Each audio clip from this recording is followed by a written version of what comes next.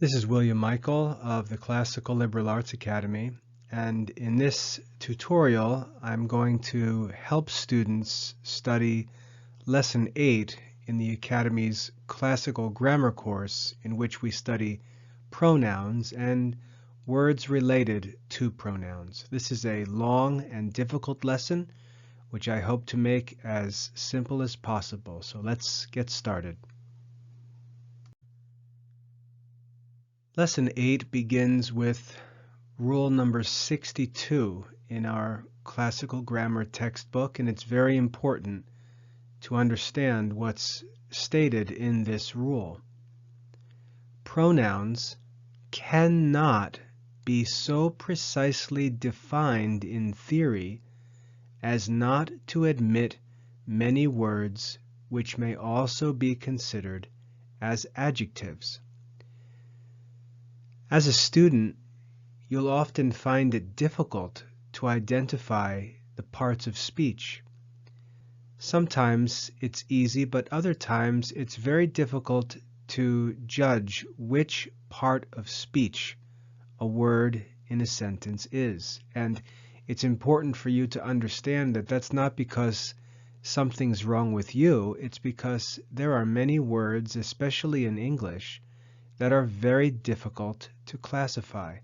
Rule 62 here tells us that pronouns cannot be so precisely defined as not to admit many words which may also be considered as adjectives. In other words, it's very difficult to establish a definition for pronouns because it won't limit us to just one kind of word. We'll find that it's very difficult to determine whether a word is a pronoun or an adjective. So this business of identifying and defining pronouns is going to be difficult. And as we go through this lesson, we'll try to make it as simple as possible. In Rule 63, we try to establish something of a definition for pronouns. Let's read Rule 63 together. All words may be considered pronouns, or at least to have a pronominal character, to be like pronouns, which are capable of being used as nouns, but carry with them a simply relational notion. They have the idea of a relation. All words may be considered pronouns which are capable of being used as nouns, but carry with them a simply relational notion. Or, in other words, which, instead of naming or describing an object, enable us to recognize that object by some relation of definiteness or indefiniteness, of place, of kind, etc. All words may be considered pronouns which are capable of being used as nouns or in place of nouns, but carry with them a simply relational notion, carry with them an idea of a relation. Words which, instead of naming or describing an object like substantive and adjective nouns, enable us to recognize an object by some relation of definiteness or indefiniteness, of place, of kind, etc. So here we have a basic idea of what a pronoun is. A pronoun is a word that can be used in place of a noun.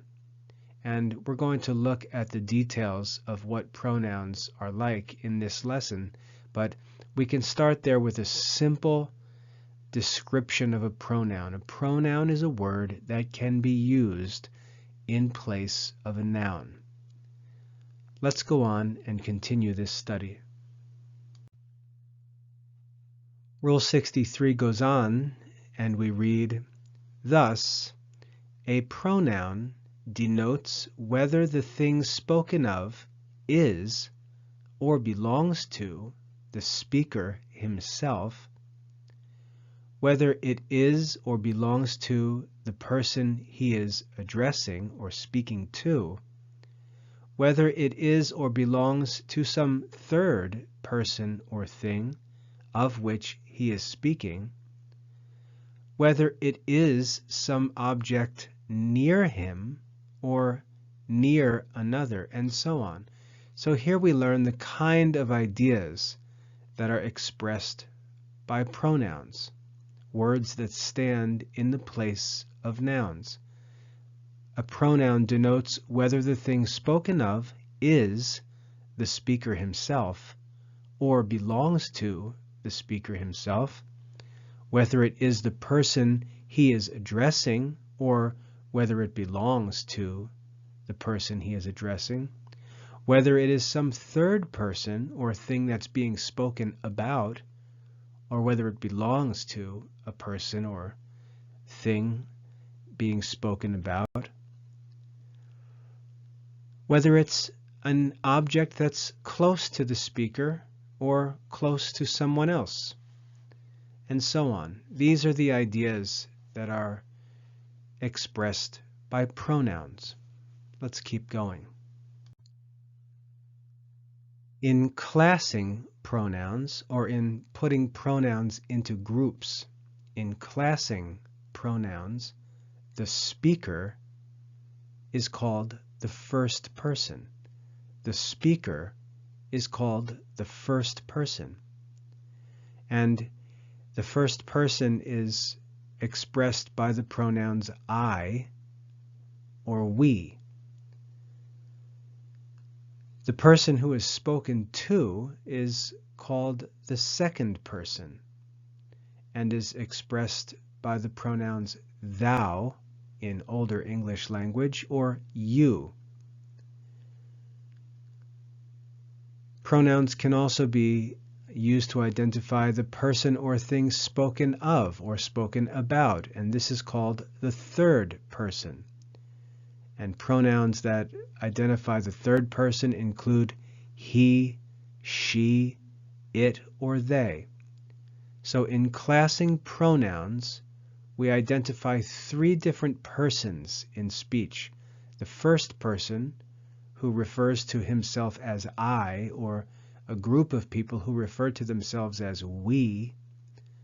That's the first person, the person speaking in a sentence.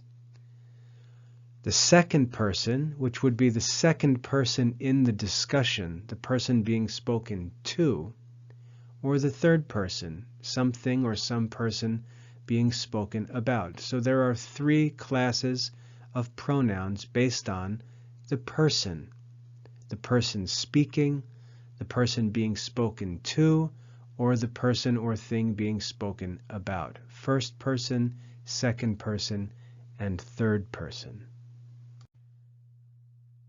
We're going to learn that there are many pronouns, especially in English, many pronouns.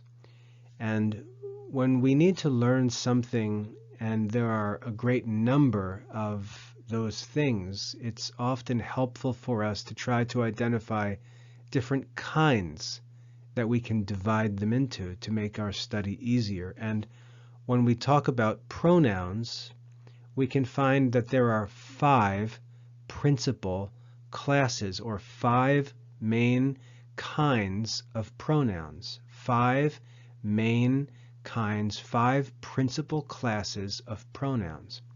Note that it doesn't say that there are only 5 kinds of pronouns. It says there are 5 principal or most important classes of pronouns, and these 5 classes are listed here in the green text. Personal pronouns, demonstrative pronouns, relative pronouns, indefinite pronouns, and interrogative pronouns. These are the 5 principal classes of pronouns: personal, demonstrative, relative, indefinite, and interrogative. Remember, these are not the only 5 classes. These are the 5 principal or most important classes of pronouns. We're going to study each of these in this lesson, and we're also going to learn about some other kinds of pronouns. But these are the 5 principal classes of pronouns: personal, demonstrative, relative, indefinite, and interrogative. The first kind of pronoun that we're going to study will be personal pronouns. Personal pronouns. In rule number 64 in lesson 8, we learn about the personal pronouns, the first class of pronouns that we're going to study, the personal pronouns. Notice that in the parentheses it says which are all substantive pronouns. The personal pronouns are substantive pronouns. That means they're not used to describe or add information about other nouns. They're used as substantives or used in place of substantive nouns. They can stand by themselves in speech. We learned that there are 3 different persons in pronouns: first person, second person, and third person. And you'll see that on this page here, there are 3 bullet points. First, we learn about the first person, then about the second person, and lastly, about the third person. We learn that the pronouns of the first person are I and we. I is the singular first person pronoun. We is the plural first person pronoun. These are personal pronouns because they identify persons. They stand in place of nouns that identify persons. So that's the first person. The second person, the singular form, is thou. And we don't use thou in modern speech. It's used in biblical translations and in older English speech, but we still learn it here because the word thou is a pronoun that represents the second person in the singular number. In the plural, we normally use the pronoun you. So in modern English, we use you also in the singular. We use you for singular and plural, but in older language, in older English Bible translations especially, the word thou was used to identify the singular second person, and you was used to identify the plural second person. Lastly, we have the third person personal pronouns, and in the singular we have he, which refers to a masculine person, she, which would identify a feminine person, and it, which would identify a neuter thing usually. He, she, and it.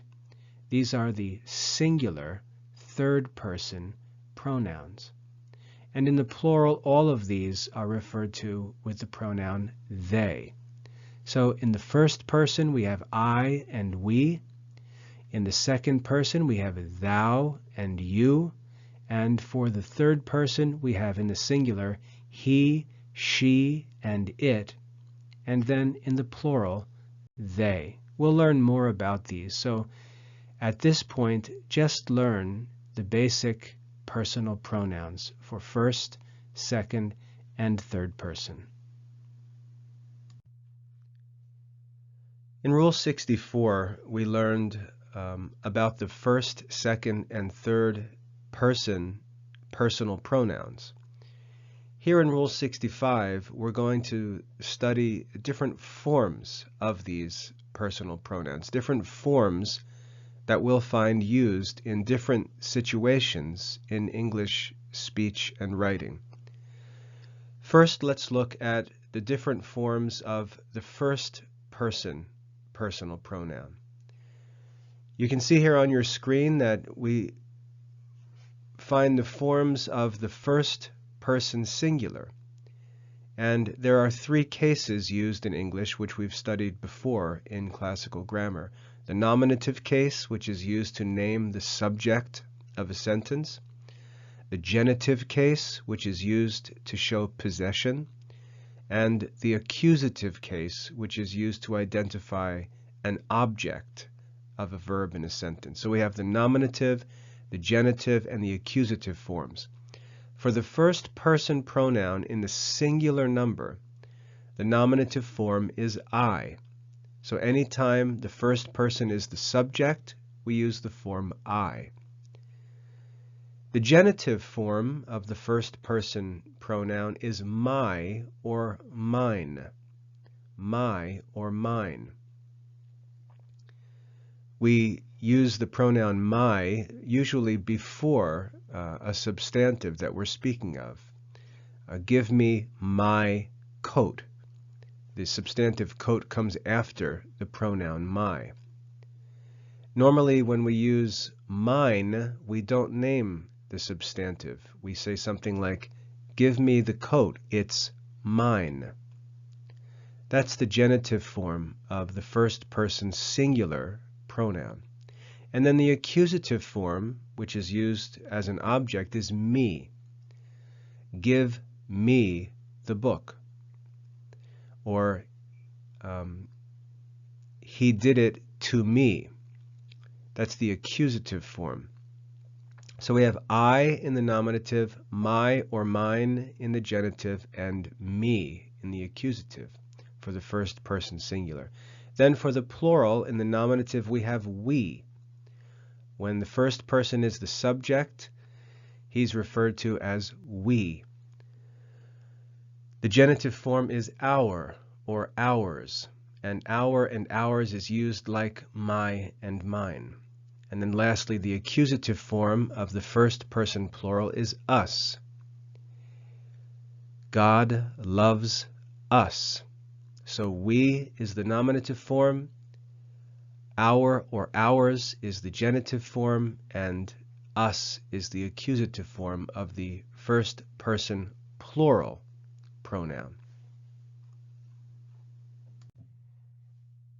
Here we see the forms of the second person personal pronoun, the pronoun used to refer to a person spoken to in speech or writing. Now, I mentioned before that in our textbook in classical grammar we learn about older historical forms of the second person pronoun. These forms, thou and ye and so on, they're used in historical writings and in old Bible translations and things like that. And they're important for us to learn. Even though we don't use them in modern speech or writing, remember that our education is not just intended to prepare us for common everyday life. We really don't need much of an education for everyday life. It's also intended to prepare us for a life of studies. And because, anyone who is living a Christian life, studying and praying as they should be, they're going to encounter many of these different historical forms and expressions, and it's an important part of our Christian education that we learn their meaning. So we'll learn both these historical forms for these pronouns, and we'll also make sure we understand their modern forms as we use them in common everyday language. So in the second person singular, we see the nominative case form is thou. Thou is second person singular. In modern language, we would simply say you. But in the older historical language, it's thou, and that's a nominative, a subject case. In the genitive, the historical form is thy or thine. Thy or thine. In modern English, we would simply say your. And then the accusative form, the object form, would be thee. Again, in modern usage, we just say you. So that's the singular form of the second person pronoun. Thou in the nominative, thy or thine in the genitive, and thee in the accusative. In the plural, we have the form ye, ye. And the rest of the forms are just like modern English. We can also use you as the plural nominative form. For the genitive, we use your and yours, just as in modern speech. And for the accusative plural, we use you. So make sure you understand these historical forms of the second person pronoun and also the modern forms that we use today.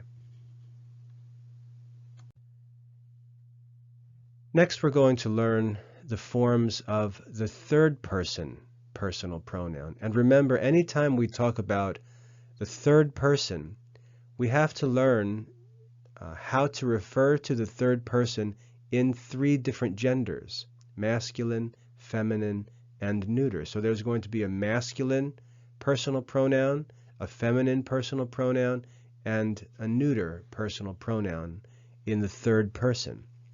The masculine pronoun in English is he. That's the nominative case of the third person masculine singular. It's hard to keep all of that information in mind, but that's how you need to learn to think about grammar. He is the nominative case of the third person singular masculine. He. Then genitive that shows possession is his. And lastly, accusative that shows that the person or thing is an object is him. So make sure you see the difference between the pronouns he and him. He is used to name a subject. Him is used to name an object. Next, for the feminine, we see that the nominative case is she. The genitive case is her or hers. And the accusative case is her. So again, make sure you understand the difference between the pronouns she and her. She is used as a subject. Her is used as an object. Lastly, the neuter, the nominative form, is it. The genitive is its. And it's important to notice here that its, the pronoun its, is spelled I-T-S. I-T-S. You'll also see an abbreviation, its, with an apostrophe S. It apostrophe S. That's an abbreviation for it is, or it has, or it was. So the apostrophe S is not a pronoun. When we use the pronoun, there's no apostrophe, so make sure you remember that. The genitive form of the neuter singular personal pronoun is its with no apostrophe. And then lastly, the accusative is it. So that's pretty easy for the neuter.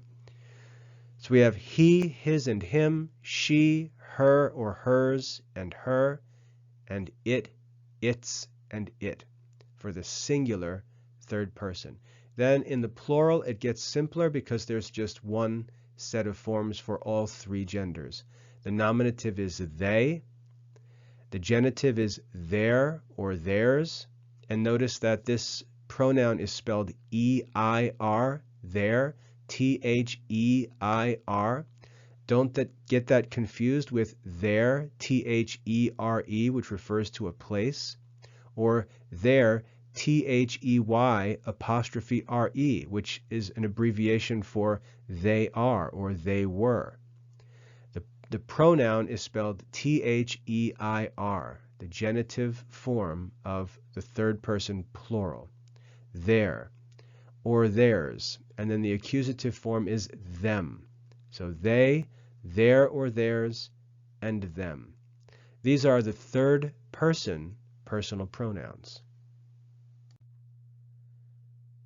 In our classical grammar textbook, the first set of pronouns we study are personal pronouns. And in Rule 65, the textbook gives us sort of a chart of the declension of the pronouns. And it doesn't only provide the personal pronouns, it also provides the forms or declensions of some other pronouns. So don't let this confuse you. We're simply going to add some other forms of pronouns while we're talking about the declension of pronouns. Here on your screen, you can see we're looking at the forms of relative and interrogative pronouns, and we'll learn more about these later. We're simply looking at their forms on this screen. So the forms of the relative and interrogative pronouns are the same, and we'll learn later that they have different uses, but the forms are the same for relative and interrogative pronouns. The nominative case for the relative and interrogative pronoun is who, and that's usually used when we refer to a person, who. The genitive would be whose, W-H-O-S-E, whose, and make sure you don't confuse that with W-H-O''S, which is an abbreviation for who is or who was. This is how we say whose when we're referring to this relative or interrogative pronoun. Whose, W-H-O-S-E, is a pronoun. And lastly, the accusative is whom. Whom is the accusative or shows the object. So make sure you understand the difference between who and whom and when you should use each different form. Who, whose, and whom. Next we learn the nominative which, and we usually use this when we're referring to a thing. We wouldn't refer to a thing as who. We'll say which, but we'll learn more about this pronoun which and how it relates to who in a later slide. But we see which, and then the genitive is of which or whose, just like who, and then lastly which is used as the accusative form. So the relative and interrogative pronouns, make sure you see and understand the different forms that are used of who and which. The next kind of pronouns that we'll look at here and their forms are called demonstrative pronouns. And again, we're going to learn more about what these are in a little bit in this video, but for now we're just looking at the different forms of demonstrative pronouns, just to become familiar with them. We see that there are two different demonstrative pronouns on the screen here. First, this, and second, that. This is a pronoun that refers to something that's close to us, this book. That is a pronoun that refers to something farther away, that book. So let's look at the forms of this and that, the demonstrative pronouns. The nominative case is this, the genitive is of this, and the accusative is also this. In the plural we have these, of these, and these in the accusative. So this, of this, and this in the singular, these, of these, and these in the plural. Next we have the demonstrative that. The nominative singular is that, the genitive is of that, and the accusative is that. In the plural we have those, of those, and those. Notice the difference between those and they. Notice that they is a personal pronoun and is not used to refer to that in the plural. The correct form would be those. Look at those books. That's the right form of the demonstrative. So we have the forms of this and the forms of that, and we learn that these are the forms of the demonstrative pronouns. We'll learn more about them in a bit. In Rule 66, we learn that personal pronouns are reflexive when the thing or person denoted by the pronoun is the same as the subject. Personal pronouns are reflexive when they refer back to the subject. Personal pronouns are reflexive when they refer back to the subject. Now, why is this important? Let's look at the example that's on the screen here. Alexander destroyed himself. Alexander destroyed himself. Now imagine if we just used the normal third person pronoun. We would say Alexander destroyed him, period. The problem with the pronoun him is that it can refer to other men as well. And if we read Alexander destroyed him, we would ask the question, whom? Whom did Alexander destroy? Himself or someone else? So we use a reflexive pronoun form to show that the pronoun is referring to the same person that we've spoken of as the subject. So a reflexive pronoun is a pronoun that refers back to the subject. Alexander destroyed himself. That's a reflexive personal pronoun. Now there's a lot of information on this screen, and it may be intimidating, but it's actually very simple. And I put all of this information on one screen so we can just get it done easily, because it's a lot of information, but it's easy to understand. In the last slide, we learned about reflexive pronouns, and we saw an example. Alexander destroyed himself. And you can see that we add the form self to the pronoun to make it reflexive, and that's what we're simply going to learn in this slide here.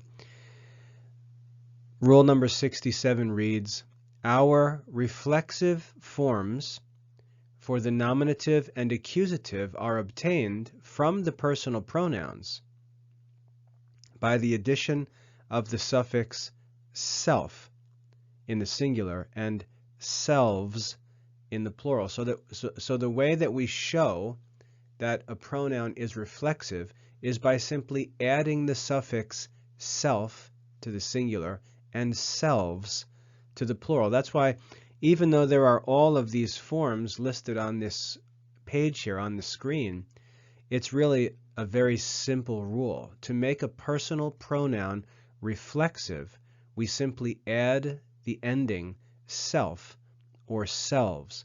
And if we look through these examples, we'll see that that's all that's being done here. The nominative for the first person singular, myself. Genitive, of myself. Accusative, myself.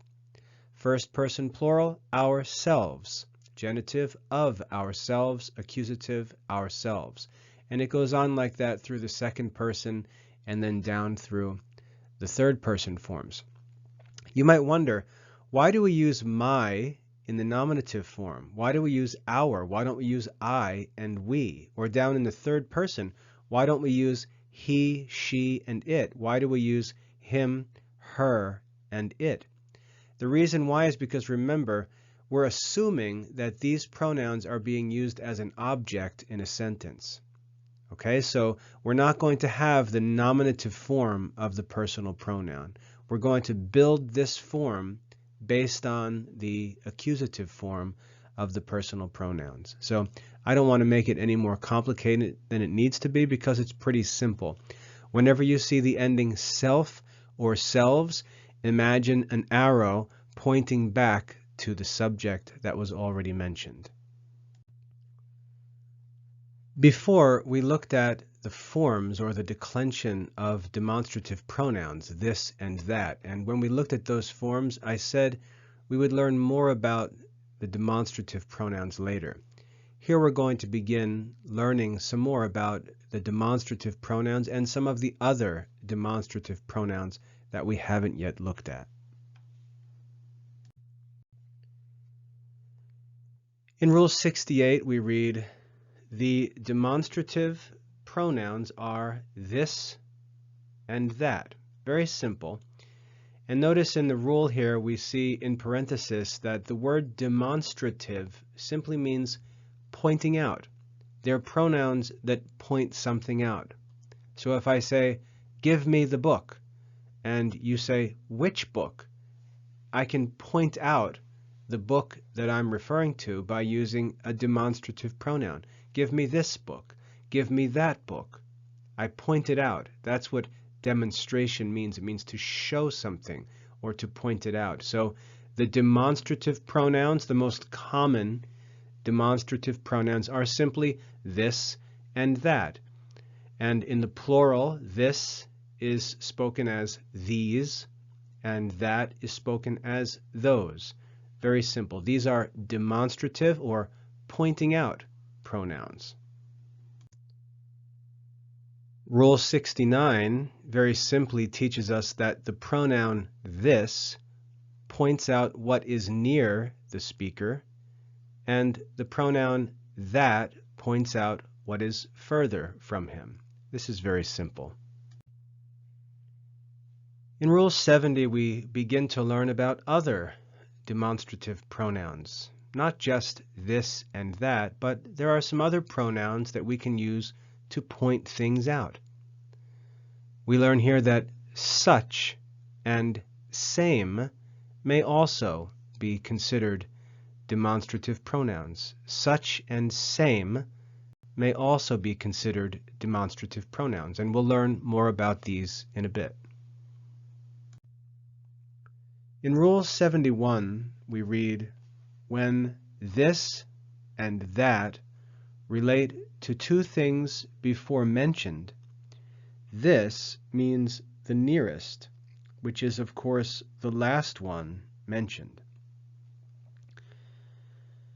Now, this is a difficult rule to understand because it's hard for us to know what it's talking about, especially young students. What is this rule talking about? When this and that relate to two things before mentioned, this means the nearest, which is, of course, the last one mentioned. Now, what this is not saying, when it says this means the nearest, it doesn't mean the nearest to us in place.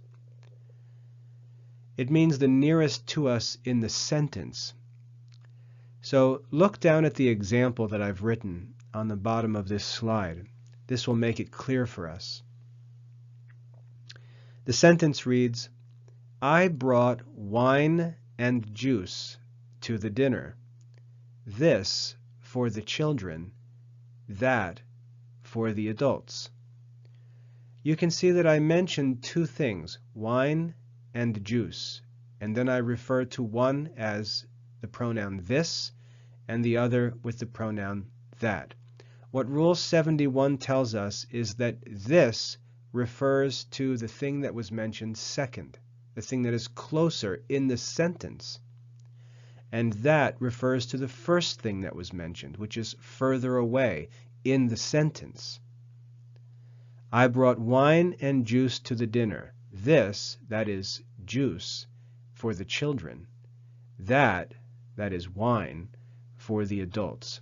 That's what Rule 71 means. When this and that relate to two things before mentioned, this means the nearest, which is, of course, the last one mentioned.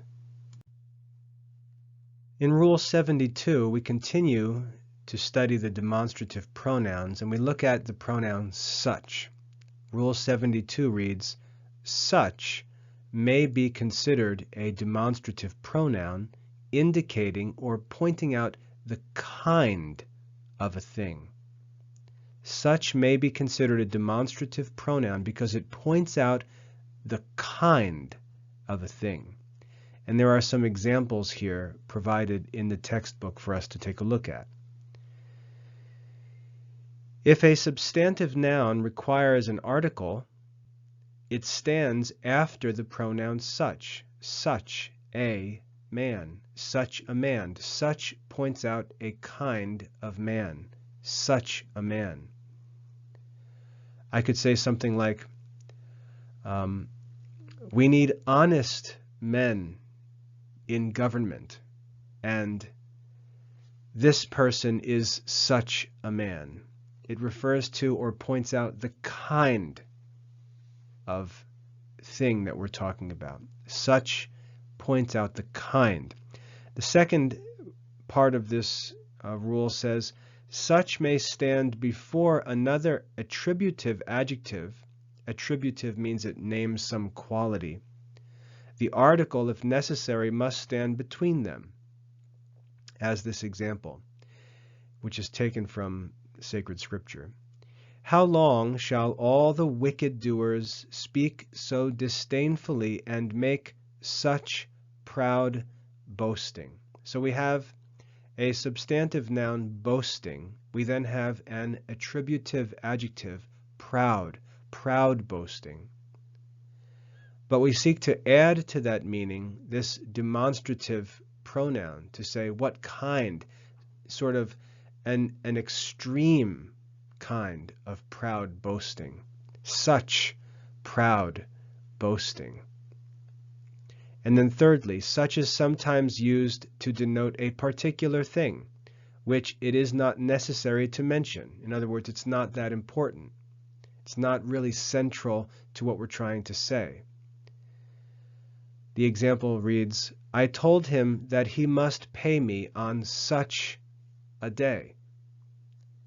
I told him that he must pay me on such a day. Now, you can tell that this is a demonstrative pronoun because if you read that sentence, when you say the word such, you'll almost feel in your mind that you're pointing to something.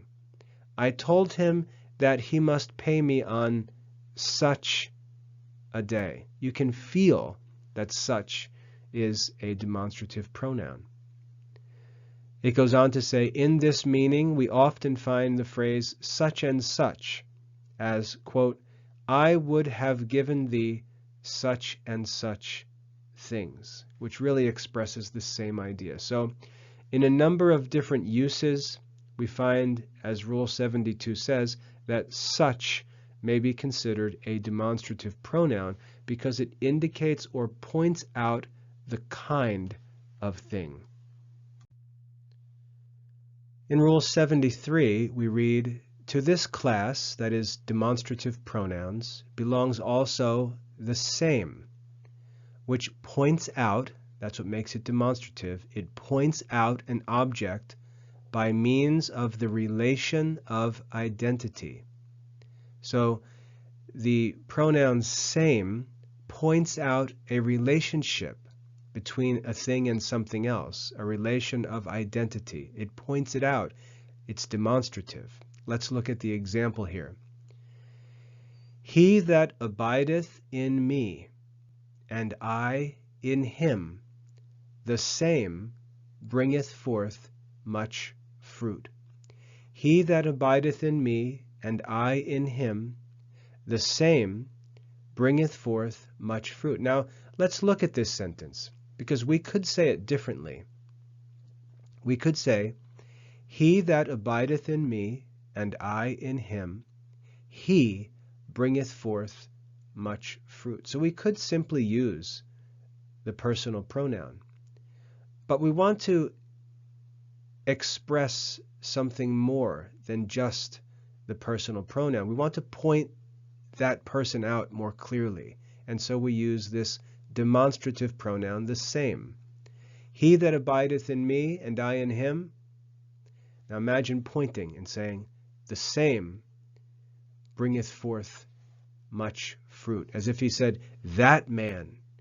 He that abideth in me, and I in him, that man bringeth forth much fruit. So we see the same being used as a demonstrative pronoun.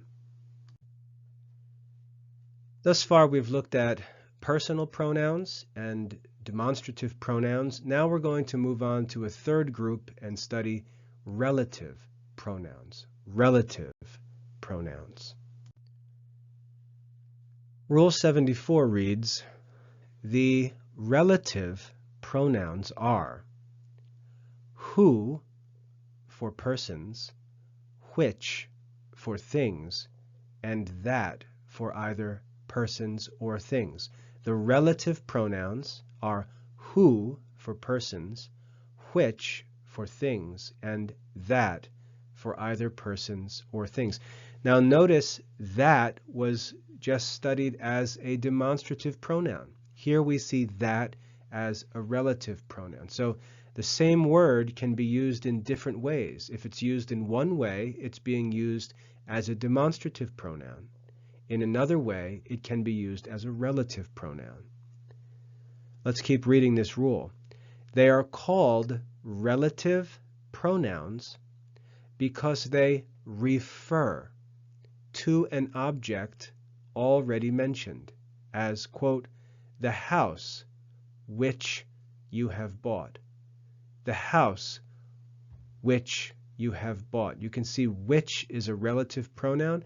It refers back to something that was already mentioned.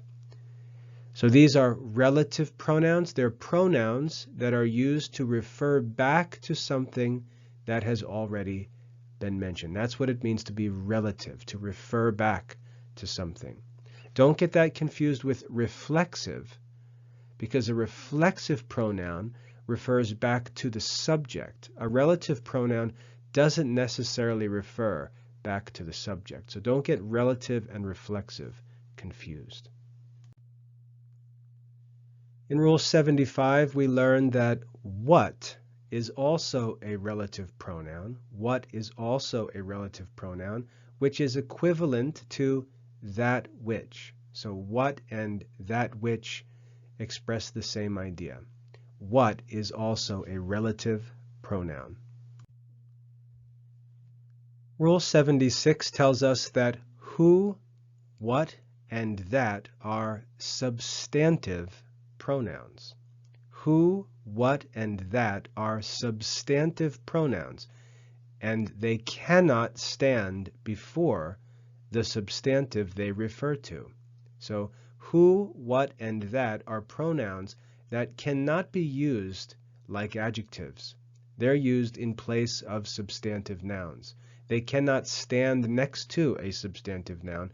They are used in place of substantive nouns. Who, what, and that are substantive pronouns. Then we learned that which is an adjective pronoun.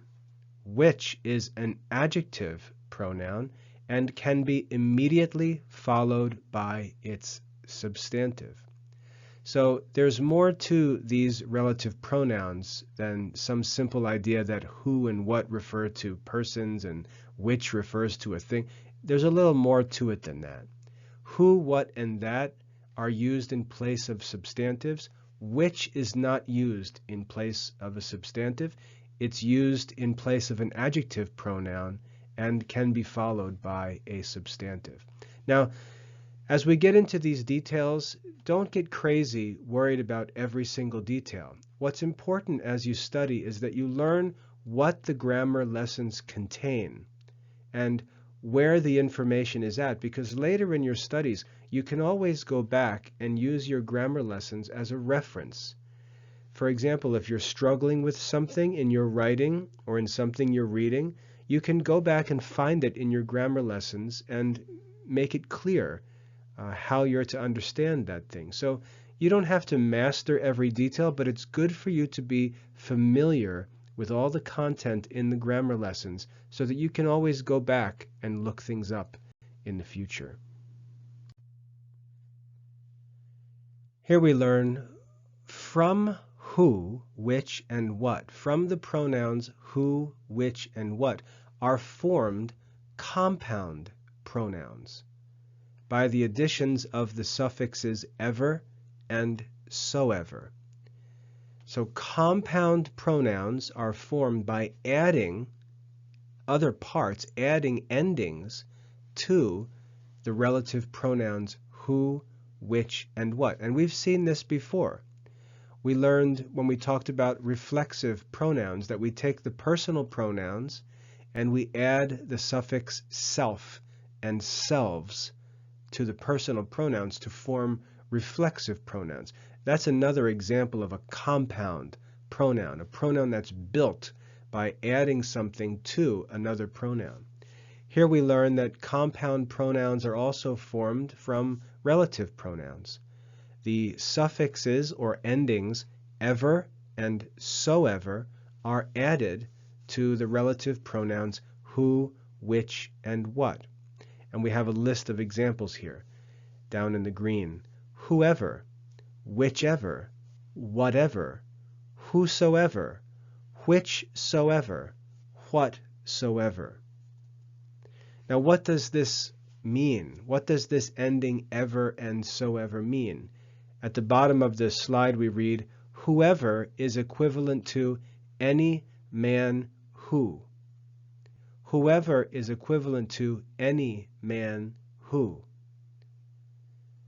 So we're adding that idea of any man or anything in this ending ever or soever. So whichever means anything which. Whatever means anything that.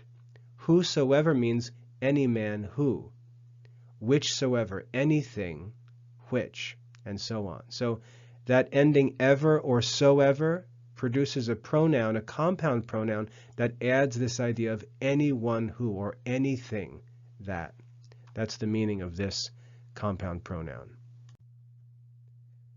The fourth group of pronouns that we're going to look at in this lesson are the interrogative pronouns. Interrogative pronouns. So far we've looked at personal pronouns, demonstrative pronouns, relative pronouns. Here we're going to study interrogative pronouns. Rule 77 tells us who, which, and what are also interrogative or question-asking pronouns. Now, I added the question marks to the pronouns who, which, and what to show that they're asking questions, but they're the same forms as the relative pronouns. Who, which, and what are also not just relative pronouns, but they're also interrogative pronouns. They're used to ask questions. Who, which, what, and so on. Now there are two notes on this rule that we should look at because they explain some of the details, which you might not know. I'm sure you understand what who means and what means, but let's get into a little more of the details. The first note says, which is used to ask which individual of a known class or number is the object we're inquiring about, which one. So the question word or interrogative pronoun which assumes that we already know that there's a number and we're asking which one. But if we use the pronoun who or what, we're not assuming that the number or the group is known. So which is really the expression of which one. That's the first note. The second note, whether. Whether was formerly used instead of which when the inquiry related to two objects. So whether means which of two, which of these two. So whether did you steal the money, yes or no? Whether means which of the two is the answer, which of the two, whether. So rule 77, pretty simple. Who, which, and what are not only relative pronouns, they're also interrogative pronouns. And interrogative pronouns are question-asking pronouns. In Rule 78, we are given a warning. Remember that these pronouns we've been looking at, who, which, what, and so on, these are both relative and interrogative pronouns. They are the same forms, but they have different uses, and that's what makes the difference between them. Relative pronouns are used to refer to something previously mentioned. Interrogative pronouns are used to ask questions. Rule 78 warns us that when an interrogative pronoun stands at the head of a dependent clause, there is a danger of mistaking it for a relative pronoun. Now, I'm not going to get into this in this slide because it's just too much information, I think, but we're warned that relative and interrogative pronouns can get confused when they're used in dependent clauses. And what a dependent clause is a second or third part of a sentence. And you're given some examples below, but it's important to realize that these pronouns can be relative or interrogative, and we need to ask, is this pronoun being used to ask a question or not? That's what Rule 78 is teaching us. When we see one of these pronouns, we need to consider whether it's relative, just referring back to something, or whether it's actually asking a question. So keep an eye out for interrogative pronouns when they're used in dependent clauses in sentences. That's rule number 78. The fifth group of pronouns we're going to look at here are reciprocal pronouns. Now, if you remember at the beginning of this lesson, we talked about 5 different kinds of pronouns, and we didn't mention reciprocal pronouns. So this is not simply an explanation of those 5 classes. And if you remember, I said those are not the only 5 classes. Those are the 5 principal classes. So here we're learning about a different kind of pronoun, reciprocal pronouns. Reciprocal pronouns. Rule 79 states that a reciprocal pronoun is one that denotes the mutual action of different agents upon each other. A reciprocal pronoun is one that denotes the mutual action of different agents upon each other. So a reciprocal action is an action that goes back and forth, like I love you, you love me. That's reciprocal. A reciprocal pronoun denotes the mutual action of different agents upon each other. Let's look at a couple examples. Each other and one another are reciprocal pronouns. Each other and one another. These are treated exactly as if they were compound pronouns, taking for their genitive each other's apostrophe s and one another's apostrophe s. Each other is used of 2 or more. One another can only be used of more than 2. So if I were to say, we need to love each other, that means that I need to love you and you need to love me. We need to love each other. I wouldn't say we need to love us or we need to love ourselves. That doesn't express the real idea that I'm trying to communicate. I'm trying to say that we need to love, each one of us needs to love the other. We need to love each other. That's the idea of this reciprocal pronoun. One another would be used for a larger group. So if I was speaking to a large group of people, I would say, hey everyone, we need to love one another. I wouldn't use each other necessarily. I'd likely use one another. So here we see 2 examples of reciprocal pronouns. Pronouns that denote the mutual action of different agents upon each other. And again, the reason why we need to learn these different pronouns is because we may be trying to communicate an idea that isn't exactly communicated by using other pronouns. We may want to say something more than the other pronouns cause us to appear to be saying. And these additional pronouns allow our communication to be clearer and more exact when we're trying to communicate an idea that isn't simple. So it's important for us to have more vocabulary so we can communicate more complicated, exact ideas. The next group of words that we're going to study in this lesson are numerals. And you may wonder, what do numerals have to do with pronouns?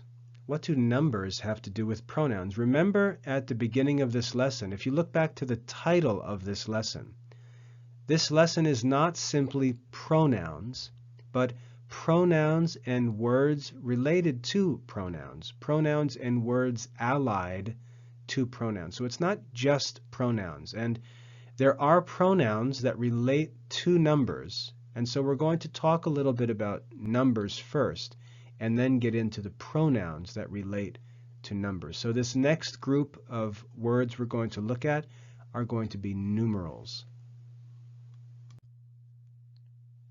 In Rule 80, we read, numerals express the relations of number and quantity. Numerals express the relations of number and quantity. Remember in arithmetic, if you've studied arithmetic, you'll learn that numbers express a relationship. How we count things is by taking a unit and then stating how many times that unit is contained in a certain quantity. If I say that there are $7 in my wallet, we take $1 as a unit and then we ask how much money is in your wallet, and we relate the quantity of money in my wallet to a unit. That's what numbers do. Numerals express the relations of number and quantity. Rule 81 tells us that numerals are definite if they denote a particular number. Numerals are definite if they denote a particular number, such as 1, 2, 3, and so on. Numerals are definite if they denote a particular number. Rule 82 teaches us that numerals are indefinite. Numerals are indefinite if they denote no particular number or quantity. Numerals are indefinite if they denote no particular number or quantity. And some examples would be words like many, some, or much. Obviously, these words refer to some number or quantity, many, some, and much, but not a particular number, not a definite quantity. These are indefinite numerals. Now in Rule 83, there's a bunch of information, but it's pretty simple, so let's just read through it. I don't think we're going to need much explanation of this information. Rule 83. The indefinite numerals, words that do not refer to a particular quantity. The indefinite numerals are, and we have a list, each, every, either, neither, many, much, few, several, all, no, more, some, any, other, another, one when used indefinitely, only, alone, etc., and the rest. So here we have a list of indefinite numerals, and over time it will be good for you to learn the meaning of each of these different words, to understand the ideas represented by these different words so that you can use them to communicate more clearly. Let's look at the notes here under Rule 83. Each and every, the first two in the list, each and every are used to separate, as it were, a number into the individuals of which it is made up. Every can only be applied to each of more than two individuals. Each can be applied to each of two or any greater number. So each and every are used to separate a number into the individuals of which it is made up. Next, either and neither relate to two objects. Only two. Either means the one or the other, and also which of the two you please, either, one or the other. Either also has the meaning of each or both. Either side of the river could mean both sides of the river. It doesn't matter. It's indefinite. So we have either and neither. Neither is just the negative form of either. So if either means the one or the other, neither means not the one nor the other. Neither. So this is Rule 83. We're simply given a list of indefinite numerals and some notes on the use of these indefinite numerals. In Rule 84, we continue to study indefinite numerals. We read, many, few, and several denote number, but much denotes quantity. So there's a difference between the use of the words many and much. Many denotes number. Much denotes quantity. Now, if you've studied classical arithmetic, if you've studied arithmetic and geometry, you'll know that there's a difference between multitude and magnitude. Multitude and magnitude. Many, few, and several are used to refer to multitude. Much is used to refer to magnitude. So that's the difference here. Many, few, and several denote number. Much denotes quantity, as many dollars. I have many dollars. That means I have a large number, or a great number of dollars, I should say. Great number. Many dollars. Much means a great amount. I have a great amount of money. I have much money. So there's a difference between many and much. Many refers to number. Much refers to quantity or size. Note that there are 3 notes under this rule. Many is used with a singular substantive with the indefinite article a between it and the substantive. This is just an expression that's used. We have an example here. You have many a time sacrificed your own feelings to those of others. Many a time. Many is used with a singular substantive, time, and the indefinite article a, many a time, to express this indefinite number. We could also say, you have many times sacrificed your own feelings. So either expression is correct, but again, if you desire to express a different idea or be really exact in an idea that you'd like to share, you may choose between many times and many a time. So there are different uses for these expressions, and it's important for us to understand how to use them. The second note says, few is joined with a plural substantive, but may take the indefinite article a before it, although that article cannot be used with a plural word. So few can also be used in a number of different ways, and the example will help to make this clear. Can you lend me a few dollars? Now that's a strange expression because a is singular and yet few dollars is plural, but it's a common expression. Can you lend me a few dollars? And then lastly, in the third note, we read, when we use few, we are approaching to a denial of there being any. In other words, few means we're trying to emphasize the fact that there aren't many. There may be none at all.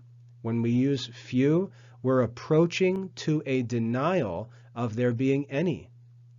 We use a few when we wish to assert that there are some. So when we use few without the article, there are few men. It means that we don't even know if there are any. There may be none. There are few men. So few without the article suggests that there may be none. But when we say a few, we usually mean that there are some. There are few men. Think of what that says. Now think of there are a few men. That suggests we know of some. So there's a difference between few and a few. Just some helpful expressions using these indefinite numerals. In Rule 85, we continue to study indefinite numerals, and we read all, no, none, some, any, and enough denote either number or quantity. So before we learned that many denotes number and much denotes quantity, here we learn that all, no, none, some, any, and enough can be used to refer to both number or quantity. Let's look at the notes here for Rule 85. All men refer to number. All the cloth refers to quantity. When all denotes quantity, the noun will commonly have the article the or the genitive case of a personal pronoun with it. So the indefinite numeral all can be used for both number or quantity. That's the point here. Note number 2, no and none differ like my and mine. So when we learned about my and mine, that was the genitive form for the first person pronoun. No and none are used in the same way that my and mine are. I have no paper. The substantive follows no. I have no paper. As to paper, I have none. None is used when the substantive has already been named. No is used before the substantive, just like my and mine. This is my book. The book is mine. That's note number 2. And then note number 3, none, though it is compounded of no one or not one, it is used as either singular or plural. So even though the word none comes from not one, which is singular, it is used as either singular or plural. All King Solomon's vessels were of gold. There were none of silver. So that phrase wouldn't seem to make sense. There were not one of silver, but that actually is correct language. None can be used in a singular or a plural context. Okay, so that's all for Rule 85. In Rule 86, we continue to learn about indefinite numerals. Some denotes either number or quantity. Some denotes either number or quantity. Some men denotes number. Some beef denotes quantity. Some number of men, some quantity of beef. We wouldn't say some number of beef. That would make no sense. And yet some beef makes sense because we're expressing some quantity of beef. And then secondly, some is used with numerals to signify about. The word some can mean about, like some 50 years ago, about 50 years ago, some 50 years ago. So some is used with numerals to signify about, to make an estimation. Rule 86, some denotes either number or quantity. In Rule 87, we read that any, which is another indefinite numeral, any, has several meanings which must be carefully distinguished, because in other languages, these meanings are not all expressed by the same words. This raises another point that's worth discussing. Earlier in this video, I said, when we were studying the forms of the second person personal pronouns, I said, we're not simply studying grammar so that we can use this information in our normal everyday conversation. We're also studying grammar so that we can understand literature and writings from the past and understand the different grammatical forms that have been used throughout history. This rule here gives us another reason why these studies are important. It says we need to study these meanings, these definitions of or uses of these words, because in other languages these meanings are not all expressed by the same words. So if we're going to study Latin or Greek or even Spanish or French or another language, in English the word any may have several different meanings, but in those other languages we may need to use 3 different words to express the 3 different meanings that are expressed in English with one word. So it's important for us not to have cloudy, confused ideas about what words mean, but really understand that certain words have different meanings and that in other languages those different meanings can be signified or expressed with different words. So Rule 87 again, any has several meanings which must be carefully distinguished, because in other languages these meanings are not all expressed by the same word. So let's look at the different meanings of the word any. First, after negative words and such words and phrases as have a negative force, any marks the exclusion of all. So we have an example here, without any difficulty, without any difficulty.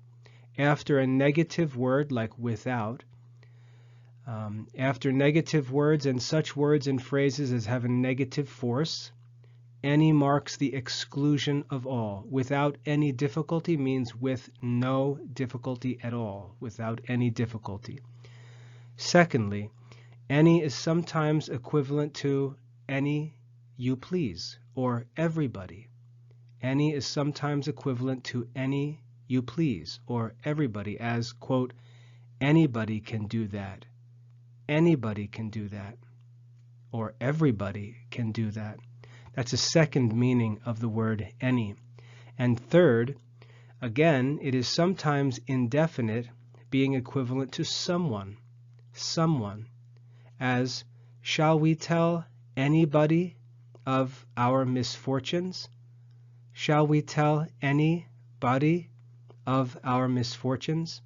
So 3 different meanings of the word any.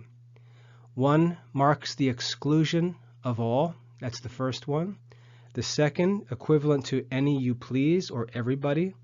And the third, equivalent to someone. That's Rule 87 about any.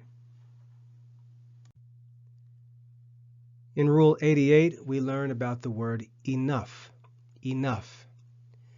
We read that it is not easy to determine whether enough is an adjective or an adverb. Remember, these aren't all pronouns we're studying in Lesson 8. The title of the lesson is Pronouns and Words Allied to Pronouns, or Words Related to Pronouns. It's not easy to determine whether enough is an adjective or an adverb. Perhaps when it is joined to a substantive, it is an adjective. And that's sort of the general rule of an adjective. Adjectives are joined to substantive. So when we see the word enough joined to a substantive, then it's acting like an adjective. In other situations, it seems to be an adverb. So in some places, it's modifying a substantive. In other places, it seems to modify an adjective or an adverb, and that makes it an adverb. And then we're told that this is not true after the verb to have or to be, where it's considered as a substantive. So this is simply clarifying that the word enough is difficult to identify as a certain part of speech. It's difficult to tell whether it's an adjective or an adverb, and this gives us a good rule to follow when we try to make these decisions. Don't just look at the word and try to guess what part of speech it is. Think about what that word is doing in the sentence and how it relates to the other words. What function it's serving. What is it doing in the sentence? That's what really tells us what part of speech the word is. In Rule 89, we discuss the word other. We read other takes a plural, others, when it is used without a substantive. In the phrase the other day, it means a day or two ago, a few days ago, the other day. We continue to study indefinite numerals here, and in rule number 90, we learn about the word another, another. Another means one more, or some one other or one more. That's what another means, another indefinite numeral. Earlier, when we looked at the list of indefinite numerals, one that we saw was the word one, and in parentheses it said when used indefinitely. Well, here in Rule 91, we're going to learn what that means. What does it mean for the word one to be used indefinitely? Let's read the rule here. One, when not a numeral, has 2 principal uses. So the word one is not simply used to name the number 1 or count 1. It has several other uses. When not a numeral, it has 2 principal uses. First, One is used in a general and indefinite way for a man or any man. We have an example here. One would imagine these to be the expressions of a man blessed with ease, affluence, and power. One would imagine. In that sentence, one means a man. Some uncertain or unnamed man. It's indefinite. Second, one often stands as a substitute for a substantive that has already been mentioned. One often stands as a substitute for a substantive already mentioned. So it acts more like a normal pronoun when it's used as a substitute for a substantive. That's what a pronoun is. So two principal uses of one when it's not used as a numeral. It's used to simply refer to a man or any man, and it's sometimes used in place of a substantive noun. In Rule 92, we read only commonly stands after its substantive as man only, except when the substantive has an article or possessive pronoun. Quote, the only way. The only way. Way is a substantive, and so we see only coming before the substantive. Only way. We also see his only son. His only son.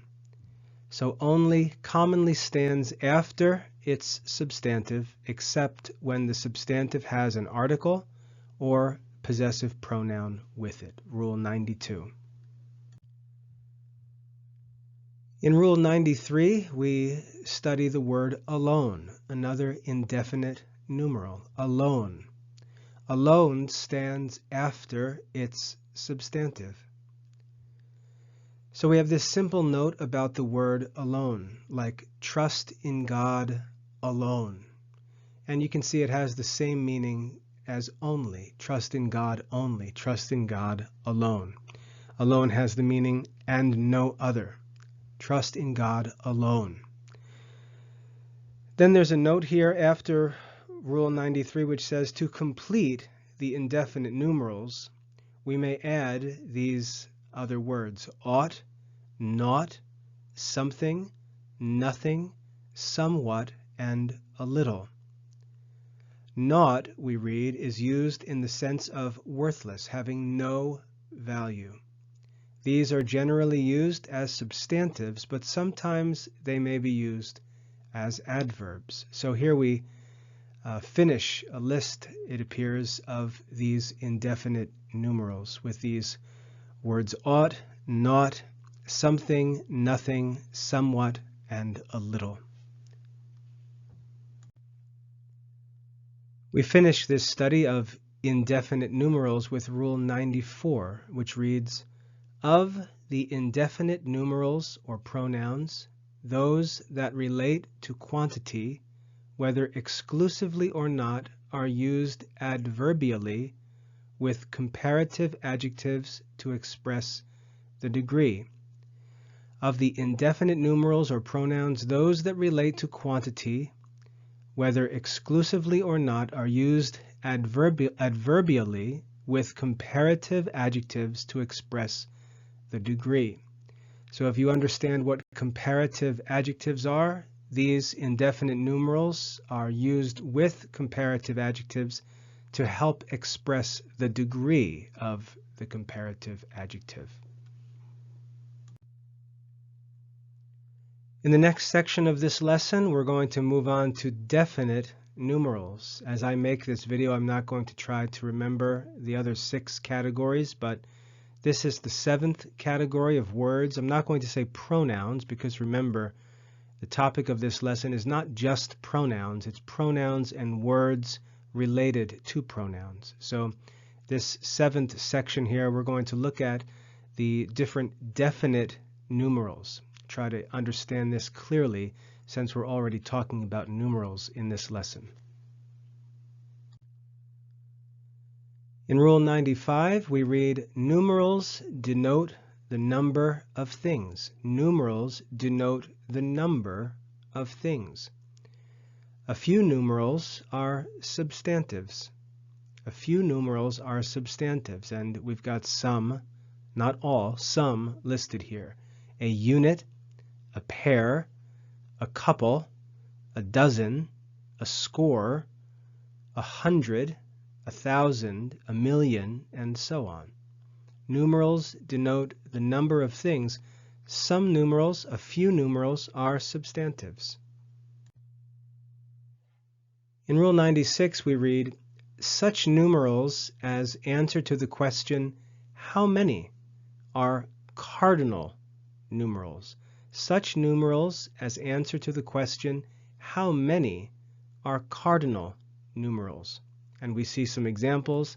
These are our basic numbers, 1, 2, 3, 4, and so on. These are called cardinal numbers. They answer the question, how many? In Rule 97, we learn about a different kind of numeral. We read, such numerals as express what place in a series the thing we are speaking of occupies are called ordinals, ordinal numerals. Such numerals as answer the question, what place in a series? And these would be words like first, second, third. So if we say how many, we would never answer first or second. That's not what's expressed by these numerals. If we were to ask, in what place did the runner finish? We would not answer, he placed 1 or 2 or 3. We would say first or second or third. We would give the order, and the numerals used to express the order are called ordinal numerals, ordinals. In Rule 98, we read, such numerals as express how many times one thing exceeds another, or what multiple it is of itself. These numerals are called multiplicative, multiplicative. And we see some examples, double, twofold, triple, treble, which means triple, threefold, which also means triple, fourfold, etc. The word single may stand at the head of this class to begin the series. Single means 1 time, double means 2 times, triple 3 times, and so on. Such numerals as express how many times one thing exceeds another. Rule number 98. In rule number 99, we read, numeral adverbs answer to the question, how often? How often? How often have you visited Canada? Once, twice, thrice, or 3 times, and so on. Numeral adverbs answer to the question, how often?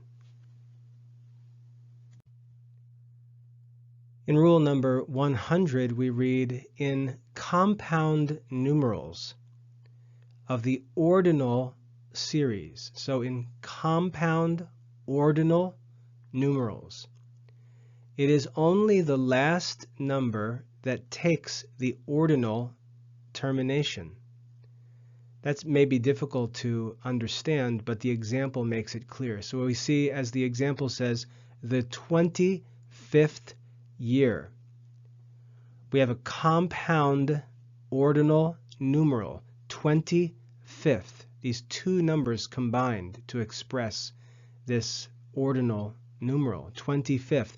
When we do that, when we compound and make a numeral out of 2 simpler numerals, only the second one has the form of the ordinal numeral. We don't say the 25th year, we say the 25th year. The second word only, the last word I should say, only has that ordinal form. Another example, the 584th year. So in compound numerals of ordinal series, ordinal compound numerals, only the last number takes the form of the ordinal numeral. As we continue to study definite numerals in Rule 101, we read, when the units are combined with tens. When units are combined with tens, they are either placed first with and or last without and. When units are combined with tens, they are placed either first with and or last without and. That rule may be difficult to understand, but the examples will make it simple. So if we have the number 24, we have 2 tens and 4 units. How do we express that? Well, we say it as 24. Notice the hyphen in between the two words. 24. We place the units after the tens without the word and. We don't say 20 and 4. We say 24 with the units last. We can also say 4 and 20, using the word and putting the word for, the units before the tens. So 2 different ways to express definite numerals. We put the units last without the word and, or we can put the units first and add the word and. 24 or 4 and 20. These are 2 accepted ways of expressing numerals. But after the number 100, the smaller number is always put last, as 124. So we never say 4 and 20 and 100, or 24 and 100. Beyond 100, we always put the units number last in that order. 124. That's Rule 101, how to express cardinal numerals when they're compound. Here we have the last rule in this lesson, rule number 102. To express number distributively, to express, that is, parties of so many together, or groups, the cardinal number is repeated as 2 and 2, 3 and 3, and so on. Let's look at the example which will make this crystal clear for us. And Jesus called the 12 and began to send them 2 and 2. That means in groups of 2. He called the 12 and he sent them in groups of 2, 2 and 2, or 2 by 2. This is to express number distributively, to explain how the number is distributed into parties or groups. That's our last rule for this lesson, rule number 102, wrapping up definite numerals. This is a long and difficult lesson, and we've gone through many rules, many definitions. We've learned lots of vocabulary items, all kinds of words that are either pronouns or are related to pronouns. I don't expect that any student can sit and watch this video just once through and understand everything that's been covered. So I expect that students will continue to review and rewatch this video again and again until they've got these things mastered. I've said this before in this lesson, and I want to repeat it. There's a lot of detail in this lesson that you're not going to need to worry about. If you've watched through this lesson and you get the general idea of the content of this lesson, I recommend you go ahead and try taking the quiz and see how you do. Take the quiz a few times, get a sense of what's required of you in studying this lesson, and then review the lesson until you can pass the quiz and finish up. I hope that's a helpful guide through Lesson 8 in classical grammar. If you have any questions about this lesson, please get in touch with me anytime. I'm happy to help. God bless your studies.